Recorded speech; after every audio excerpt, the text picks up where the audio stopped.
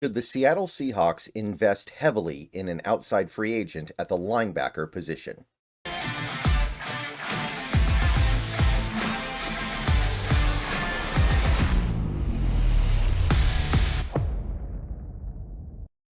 What's going on, everybody? Good morning. Happy Friday. Made it to the end of the week. It's just a couple days shy of the Super Bowl, and we've got more Seattle Seahawks discussions to have concerning the upcoming free agency period. To me, this is the last of the three positions that we are currently in a bit of a DEFCON 1 position in. The first two were, of course, left guard, and then you also had nose tackle. This is the third one. As of right now, I believe we are in a code red type of situation with inside linebacker. And when I say inside linebacker, I'm talking about in a 4-3, you're talking about your Mike and your Will linebacker. And they are different, and they play different roles, but there is a certain amount of ubiquity between the two. And in a 3-4 defense, I'm talking about the two inside linebackers. So, Spotrack, I'm just going to say it right now. You got to figure out how to separate these players out a little bit better. Like, as you can see, a lot of the players they list as outside linebackers are edge rushers like Khalil Mack or Hassan Reddick, and then they group them in with the players like Jerome Baker. I think Drake Greenlaw. Well, no, they list him as just a plain linebacker, but there's not a lot in common between Khalil Mack and Jerome Baker. I'm just going to say it like that. They don't do the same stuff. They don't really play the same position. So I think that's probably an error that Spotrack would be good to rectify in future years, but we're not here to talk about that. We're here to talk about the linebacker position and whether or not it makes sense for the Seahawks to spend a little heavy to address their need here. As of right now, the Seahawks have one starting caliber linebacker under contract. It's Tyrese Knight. And it's great. He's young. He's got 3 years left on his rookie deal. He way overachieved as a rookie. So I'm not saying anything bad about Tyrese Knight, but you're going to need another guy to start. And then you need depth. And quite honestly, the depth at linebacker for the Seahawks right now is not good. You have Drake Thomas. Who knows if he's anything? We've seen nothing from him yet. And I'm inclined to suspect that he's not going to be much of anything other than a special teamer. And then what? Well, you're down to Joshua Onujiogu, who's a free agent this offseason anyway. So you need to do something there. And I know some people are going to say, well, they're obviously going to bring back Ernest Jones, and I am inclined to agree with that. I agree with that. But at the same time, I think we can also say that there are some things that can happen that would prevent that. What if the knee injury is worse than we know? What if they can't come to a financial agreement? These things are possible. What if he wants to get paid like Fred Warner? I'm not paying Ernest Jones like Fred Warner. I'm not paying him anywhere close to Fred Warner. I'm not paying him like Roquan Smith. I'm not paying him like one of the best, and maybe he wants to be paid like one of the best. If that's the case and he won't budge, then I don't think you meet him there. I think you try to find somebody else. So this video, we're going to take a look at the star linebackers that are available this offseason. So these are guys who you'd have to spend significant money on, but if you got them, the expectation is you'd be getting a very good player for the next few years at a minimum. And there are three guys. There are three guys in this free agency class the way I see it. So let's go through them. The first guy, probably the most expensive linebacker that any team will be looking to sign in free agency this offseason, is Nick Bolton of the Kansas City Chiefs, a second-round pick a few years ago. He's been really good for him, and he's only going to be 25 in March, so he's still very young. Excuse me. He's been part of an elite defense these last couple of years. The Chiefs have, in many ways, won more because of their defense than their offense in recent years. I think that's a little bit odd to say, but it is fair to say. He's been a starter ever since he came into the league almost. He only missed a few starts in 2021, and he's put up great numbers, and he's been part of an excellent unit, made some plays on the quarterback in the backfield. The one kind of red mark here would be the 8 or 9 games that he missed in 2023. But other than that, he's been pretty steady, and he's played at a high level. Pro Football Focus thinks that this most recent year he's been good. They don't love him. They're not crazy about him, but 65.4 is pretty good. And then the previous year, they thought he was even better than that. Of course, this was the year he only played half the season because of an injury, but 69.2 is still very good, and he's going to get paid. Now, part of the issue here is that Nick Bolton's going to get paid in part because he's on a team that is maybe a couple of days away from winning 3 straight Super Bowl titles. You're going to command a premium just because of that. You're being put in front of a national audience, and you're making plays on the biggest stage at a much higher frequency than anybody else because, quite frankly, you have more opportunities to do so. It's like how reserve players on the Patriots back in the day were had a lot more notoriety than depth players on the Jaguars, because the Patriots were playing in January and February every year, and the Jacksonville Jaguars almost never were. So the Nick Bolton tax is going to be non-trivial. Spotrac has a market value page for him. They estimate him coming in at about $12.3 million a year. So that's 4 years, $49 million. I think that's probably about right. I think they've got the right idea here. I could see it pushing up to like 4 years, $50 million, but it's basically the same. And I think that's probably about right. I don't think anybody's under the impression that Nick Bolton is a top 3 linebacker. He's not as good as a Fred Warner or a Roquan Smith or anybody like that. Not in their league. He's a good player. He's maybe a very good player who benefits a lot from having great teammates, great defensive coordinator, and he's part of a great organization right now. So there's probably a little bit of a tax here. Nick Bolton might be a $10 million a year player that you'd have to pay more because he's part of this little dynasty the Chiefs have going here. So I'm not too excited for this one. I think he's a good player, but I don't know if he's worth the squeeze here. Next guy who's going to command a lot of money would be Robert Spillane. Robert Spillane of the Las Vegas Raiders. A little bit older than Bolton. Gonna be 30 late next season. Turns 30 in December. And this guy was a journeyman. This guy was not much of anything in the first 5 years of his career. He bounced around Tennessee and Pittsburgh. There was 1 year where he started 7 games, but there was nothing here that indicated he was anything other than a part-time starter. He was just okay. He was fine.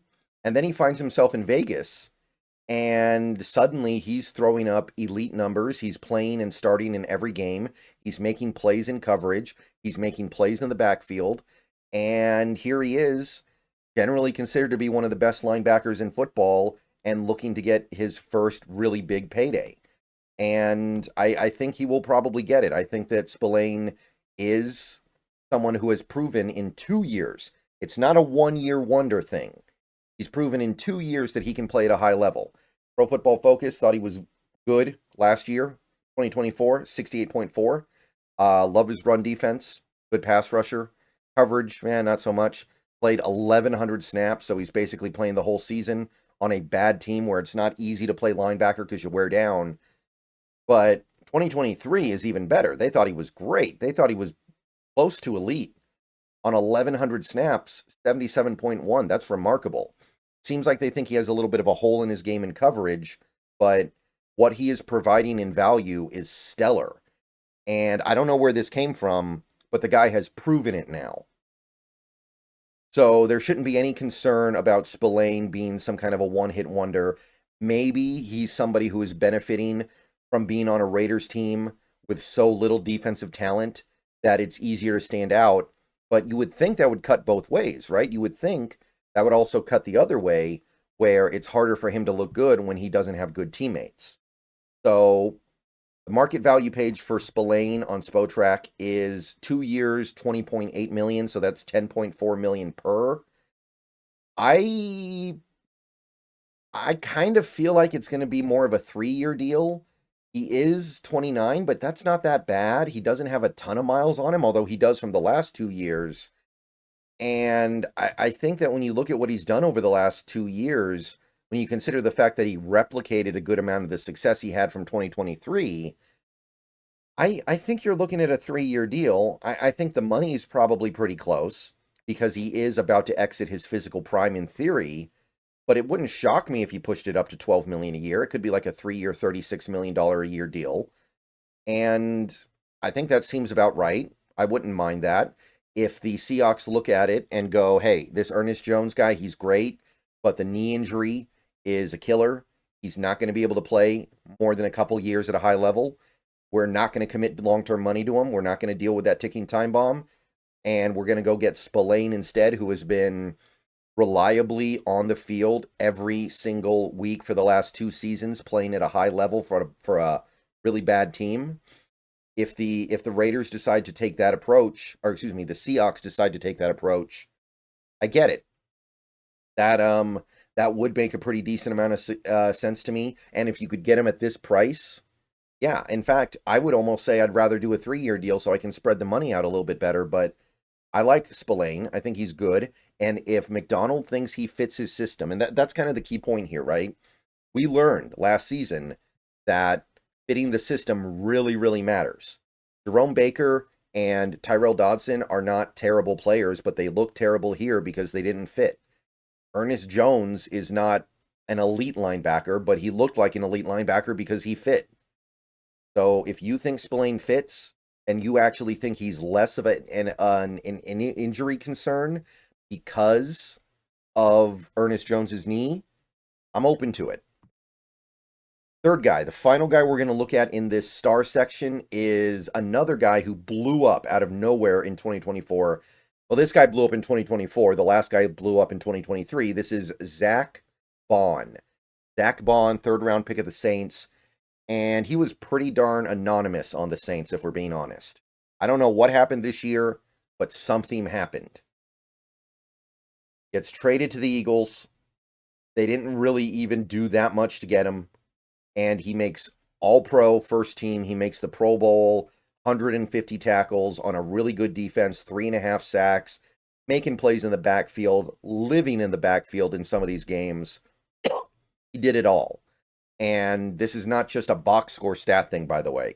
Pro Football Focus thinks he was one of the best linebackers in the league. 90.1. They think he was phenomenal.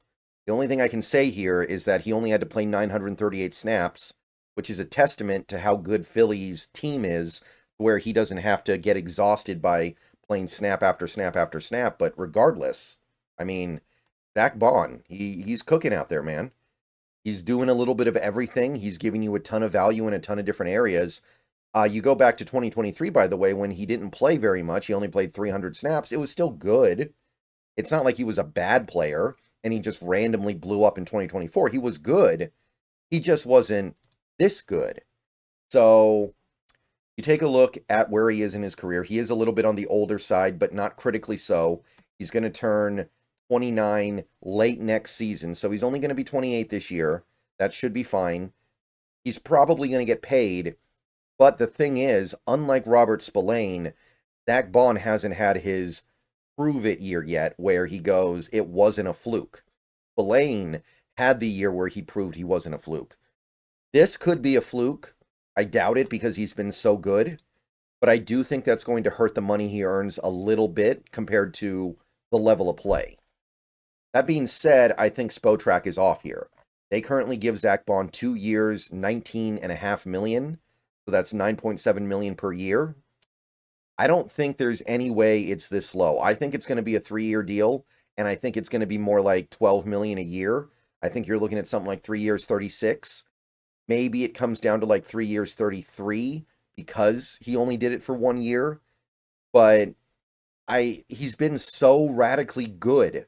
Like, he's been better than Spillane, right? This year, he's been as good can be. So I think that offsets it, where I think he's going to get paid kind of like maybe even a little bit better than Spillane's going to get paid. I think that offsets the fact that it's only 1 year. It's hard to know with these things. And at the end of the day, all it takes is one team to jack it up the price.